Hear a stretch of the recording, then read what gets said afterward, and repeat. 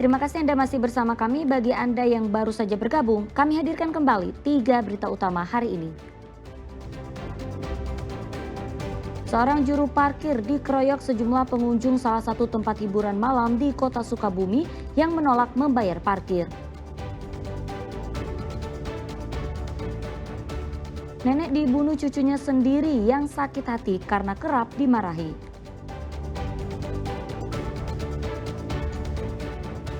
Warga minta kebijakan masuk sekolah jam 6.30 bagi murid PAUD hingga SMA dikaji kemanfaatannya oleh para ahli.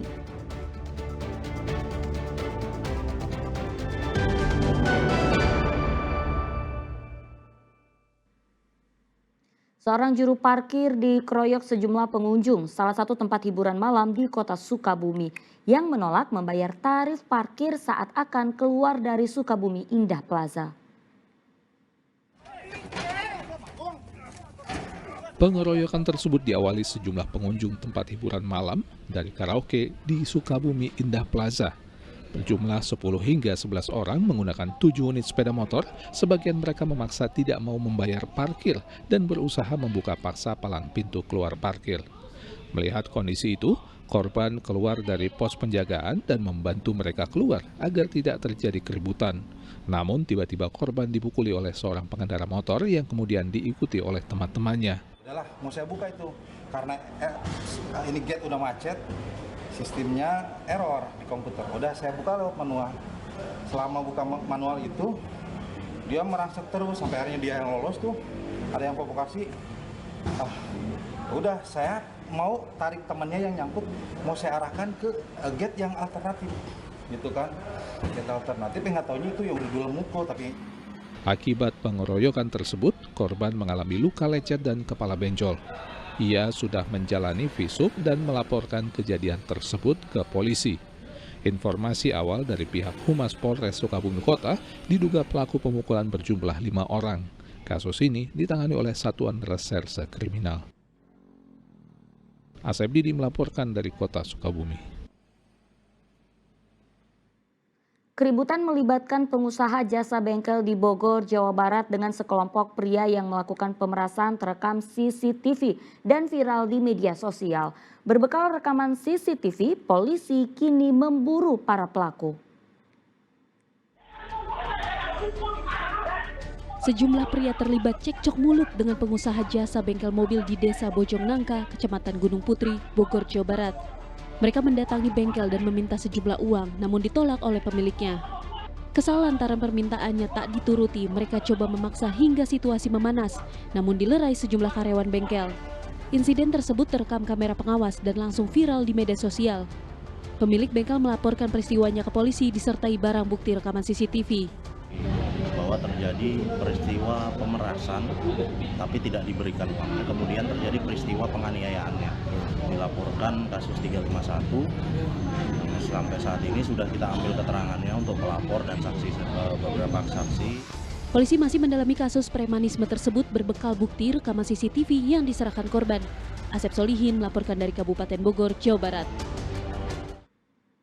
Polisi telah menangkap pelaku pembunuhan nenek Cahyati. Ternyata pelakunya adalah cucunya sendiri yang sakit hati terhadap sang nenek karena kerap dimarahi saat minta makan dan jajan.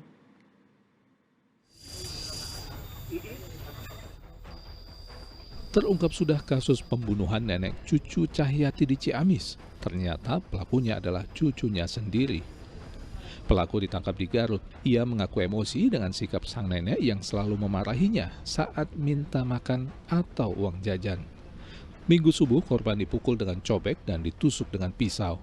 Pelaku yang dalam pengaruh minuman keras menjadi panik dan membuang jasad korban ke jurang. Beberapa kali minta makanan, tidak pernah diberikan, dan juga beberapa kali minta uang jajan. Karena tidak dipenuhi, sudah mulai muncul rasa jengkel dari tersangka. Dan dari sanalah mulai direncanakan untuk menghabisi si korban. Dari pemeriksaan terhadap jenazah korban pembunuhan, dokter forensik menemukan adanya luka parah di bagian kepala. Luka diakibatkan oleh pukulan benda tumpul dan benda tajam. ada beberapa bagian tubuh yang terdapat luka. Di bagian mana saja itu? Sebagian besar adalah di kepala. Ya, jadi yang paling yang paling parah itu adalah kepala. Adanya kekerasan tumpul dan kekerasan tajam.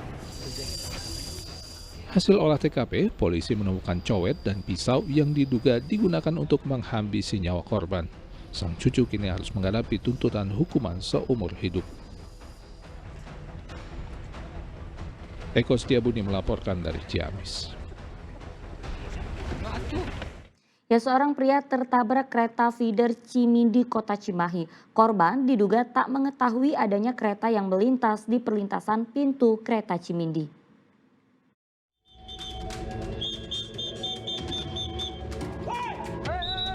Wawan Rosida, pria berusia 66 tahun, tidak mengetahui ada kereta dari arah Bandung menuju Padalarang yang melaju dengan kecepatan tinggi. Meski warga sudah berteriak dan petugas pintu perlintasan meniupkan peluit, korban tidak mendengar dan tubuhnya pun tertabrak kereta api feeder Cimindi, Kota Cimahi.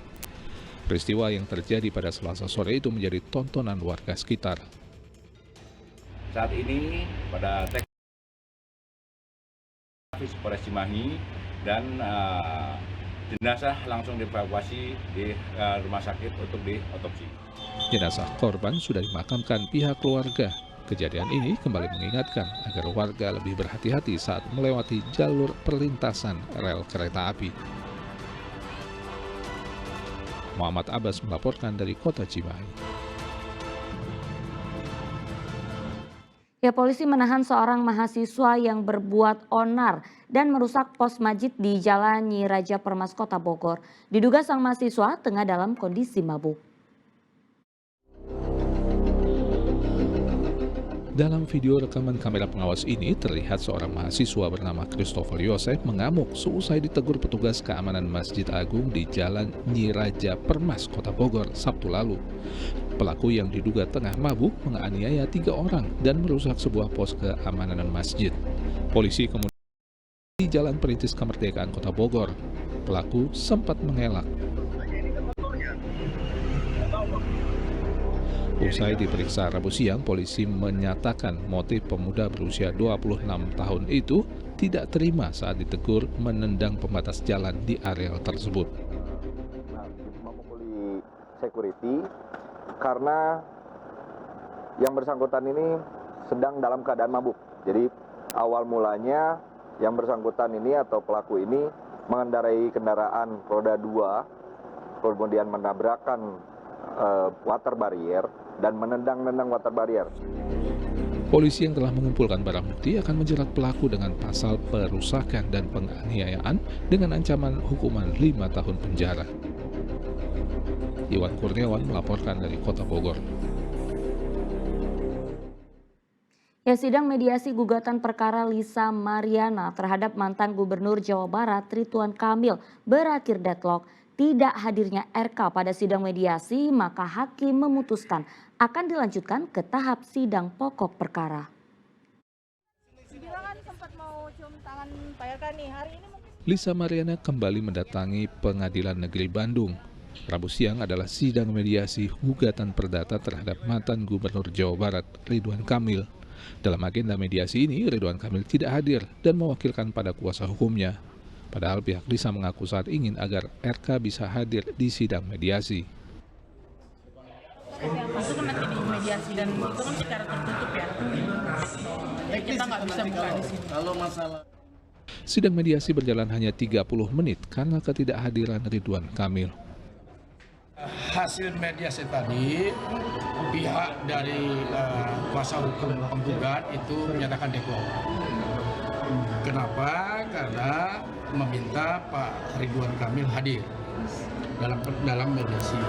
Kami sudah menyampaikan bahwa dalam pasal 6 ayat 4 bahwa ada alasan yang sah bahwa prinsipal tergugat boleh tidak hadir.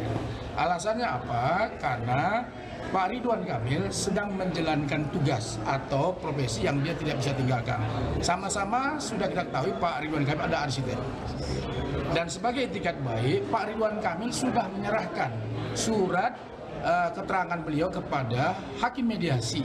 Itu landasannya, sehingga sudah memenuhi Perma nomor 1 bahwa ada alasan yang sah. Di samping itu ada surat kuasa. Kami memohon kepada majelis hakim dan akhirnya disetujui bahwa mediasi ini tidak akan berjalan dengan lancar. Karena apa? Bahwa tergugat tidak hadir. Beda dong kalau kita bertemu prinsipal Ridwan Kamil dengan klien kami ini. Yang kita bicarakan kan fundamental. Kuasa hukum kan tidak punya hati nurani bahwa bagaimana Lisa memperjuangkan anaknya. Atas perbuatan Lisa dan Ridwan Kamil lahirlah seorang anak. Ya, anak ini perlu hak identitas. Kok dia tidak bisa datang gitu loh? Alasannya tidak sah. Dan majelis hakim pun menilai alasannya itu tidak sah. Karena alasannya itu hanya surat yang ditulis dia sendiri pakai tanda tangan. Saya bertanda tangan Ridwan Kamil begini segala macam karena alasan dia bekerja dan dia nggak bisa sebutkan kerjaannya apa. Setelah mediasi buntu, sidang gugatan perkara Lisa terhadap Ridwan Kamil akan dilanjutkan pada sidang perkara pokok minggu depan. Tetapi menurut kuasa hukum RK, mantan Gubernur Jawa Barat ini tidak harus hadir di sidang dan cukup mewakilkan pada kuasa hukum saja.